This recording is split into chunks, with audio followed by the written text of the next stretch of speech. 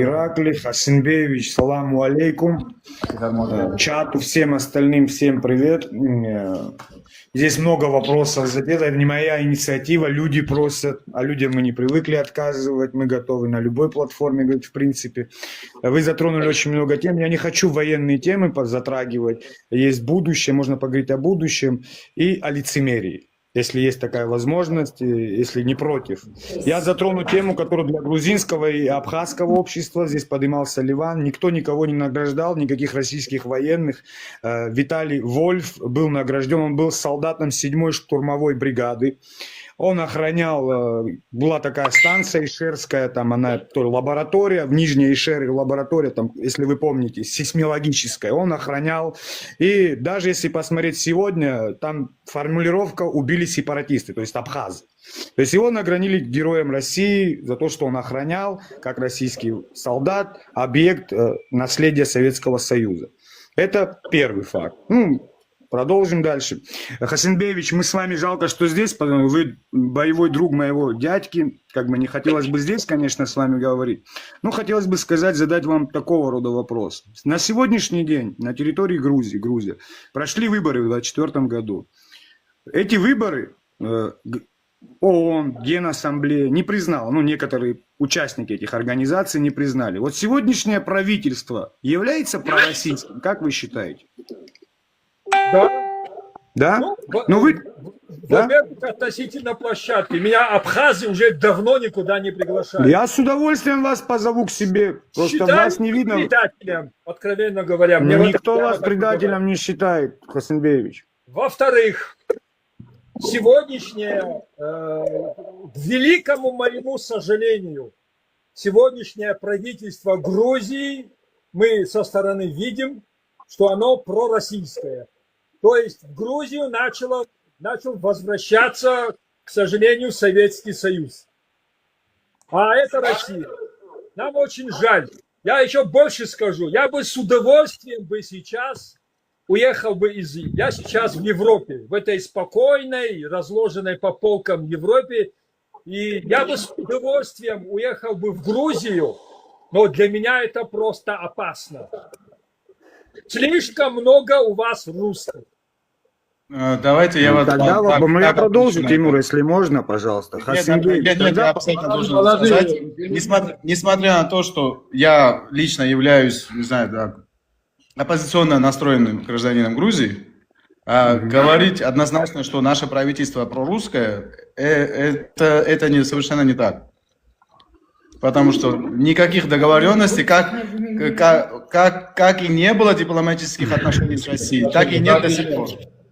Грузия может так что это миф. Это миф. Если бы я был бы проправительственным, если бы я был проправительственным, конечно, я бы защищал бы это правительство с ног до головы. Но нет, я оппозиционно настроенный, но говорить про наше правительство, что оно прорусское, это неправда. Можно все-таки продолжить, если я продолжу. Хасинбеевич, то есть с вашей точки зрения вы сейчас выражали свое мнение, что абхазам лучше быть грузином. Я рассматриваю это так, какая разница... Подожди. Это уже провокация. Не-не-не, вы сами это сказали, что с грузинской государственностью в Абхазии будет лучше. Я сказал, что Абхазии надо договариваться с Грузией, а в каких формах договариваться, это уже... Я правильно понял, вы просто не дали досказать. Вы сказали, что абхазы растворятся в армянском обществе, в русском обществе, а в грузинском не растворятся, по-вашему. Это ваше субъективное мнение. Вы сказали, лучше договариваться. То есть современная Грузия, его правительство является пророссийским. Вы сейчас обвиняли нашего президента Бадру Гумба в марионетстве, в чем угодно вы его сейчас назвали, да? Но все-таки там тоже пророссийское правительство, и мы, получается, то есть должны от одного к тому же прийти, получается. Так, по вашему мнению? Нет. Тогда, получается, это утопия, Хасинбеевич? Я могу ответить на вопрос? Да, я слушаю, да. Сейчас, по моему мнению, по моей информации, как я вижу, Россия плотно сидит в Грузии ровно так же, как и в Абхазии. Я говорю о том периоде, когда эпоха Российской империи пройдет, если в вами не будет русских, если вот этой нации, вот этой империи, которая всю жизнь травила нас друг на друга, Вот эта старая схема «разделяй и властвуй», она была актуальна всегда и актуальна по сегодняшний день. Когда мы все кавказские народы без этого старшего брата, без этого посредника начнем между собой нормально разговаривать, мы прекрасно договоримся и решим все проблемы. Ваша проблема сейчас, почему вы не можете договориться с грузинами, заключается именно в том, что вы в теплых объятиях Российской империи. Это погибель как для вас, как для нас, так и для Грузии. Хасимбеевич, я могу парировать ваши слова? Конечно. Имею? Да, ну я вам так, тогда я вам так отвечу, не выбираю ничью сторону. Вы обвинили, что у нас в Атханале, но я вам скажу одно. Выгодно, сильная экономическая Абхазия на этой планете никому не нужна, кроме самих абхазов. И среди нашего общества тоже есть такие, наверное, есть, которым она тоже не нужна. Ни России сильная Абхазия не нужна, ни Грузии не нужна сильная Абхазия. И я не поверю, что грузины захотят сильную Абхазию или Россия захочет. Все хотят нам принести рыбу. Ну, удочку дать нам никто не хочет. Объясню своими словами, фактами. Прошло 33 года после известных военных действий, да? Где вы, кстати, вышли победителем. Это будет потом последний вопрос, кстати. Абхазия, Грузия могла бы подписать договор, не устраивать нам экономические блокады, дать нам возможность развиваться, чтобы мы не там рыбу просили, а сами рыбу добывали. Но Грузия всеми возможными путями, вы прекрасно знаете, закон об оккупированных территориях, экономической деятельности. И в любом проявлении, когда Абхазия пытается проявить себя, выйти даже на международной арене в спортивной форме абхазской выступить, Грузия блокирует. Это ли есть, вот к ним мне надо пойти за Это помощью? элементарная государственность. А? Это Хасимбеевич, элементарная подожди, ну не лезь, я же не с Ты тобой то, что говоришь, хоть если мы будем это допускать, это будет признанием Абхазии. Я Вот, отвечу на этот вопрос. Слушаем Я вас. отвечу на этот вопрос. Ну, что касается санкций, это обычная государственная практика во всем мире. Потому что Грузия тоже общество неоднородное, разные политические течения, партии, взгляды. Поэтому это Грузия не придумала, это во всем мире. Но я вам другое скажу, уважаемые абхазы. Вам не нужно признание Абхазии. Если Грузия признает Абхазию, Абхазию признает весь мир. Других проблем ни с кем не будет. Если весь мир признает Абхазию, первым требованием к Абхазии будет привести в соответствие с демократическими нормами Конституцию Абхазии. А в Конституции Абхазии есть пункт, что президентом Абхазии может быть только этнический абхаз. Если вы приведете в соответствие с демократическими нормами свою Конституцию по требованию мирового сообщества, то президентом Абхазии может быть любой гражданин Абхазии. Ну, можно сделать 5-летний ценз и знание абхазского языка. Если вы введете эту поправку в свою Конституцию, вы никогда выборы уже не выиграете. Будет кто-нибудь не абхаз, родившийся в Абхазии и владеющий абхазским языком.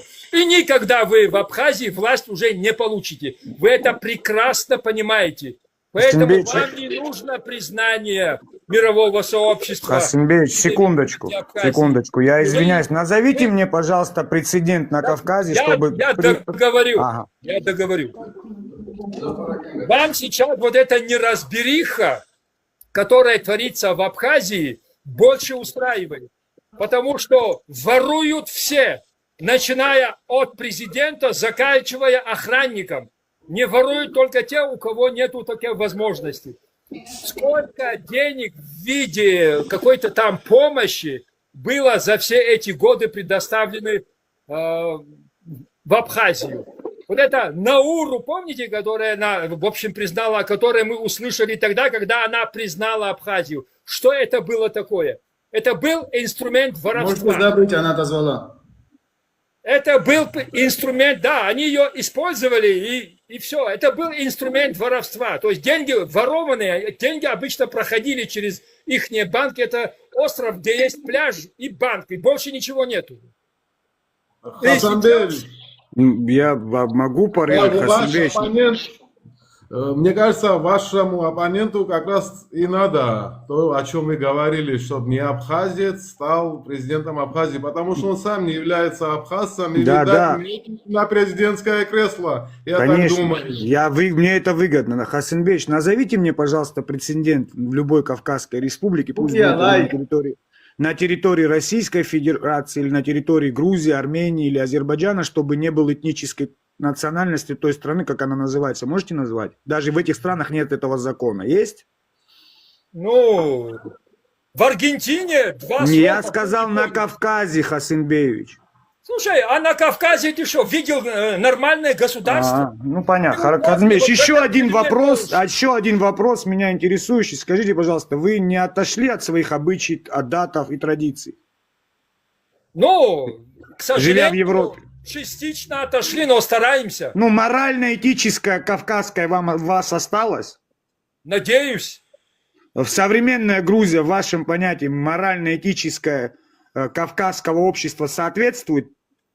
Вполне современному этническому соответствует. Я неоднократно был в Грузии. Мне кажется, что вы Картвела никогда в глаза не видели, Хасанбеевич. Это вам кажется. Включи Мне камеру, кажется, Бошка, то есть- я тебя увижу. Можно Да я перекреститься. понял. Когда Еще, что-то кажется, надо перекреститься. Хасанбеевич, я Да. все прекрасно понял. Еще скажите, пожалуйста, вы гордитесь тем, что вы победитель? Конечно. Горжусь тем, что я герой Все, Абхазии. ассаламу алейкум, Хасанбеевич. Больше вопросов к вам не имею. Если вас Абхазия не приглашает, мы вас пригласим. С удовольствием побеседуем. Вы ответили все честно, как можете. Опять грузины вас приглашают, Хасанбеевич. Где грузины? Все мигрелы сидят. Слушай, и Хасанбеевич, тебя мигрелы оккупировали. Здесь абхазов даже нету. Я тебя удивить хочу. Тебя дурят, Хасанбеевич. Это мигрелы, не грузины. Подожди, ты что, меня считаешь мальчиком?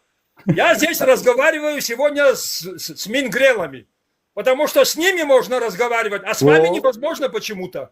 К сожалению, так. Правильно, Хасан. Мигрелы, они такие гибкие, с ними Ну, молодцы, правильно.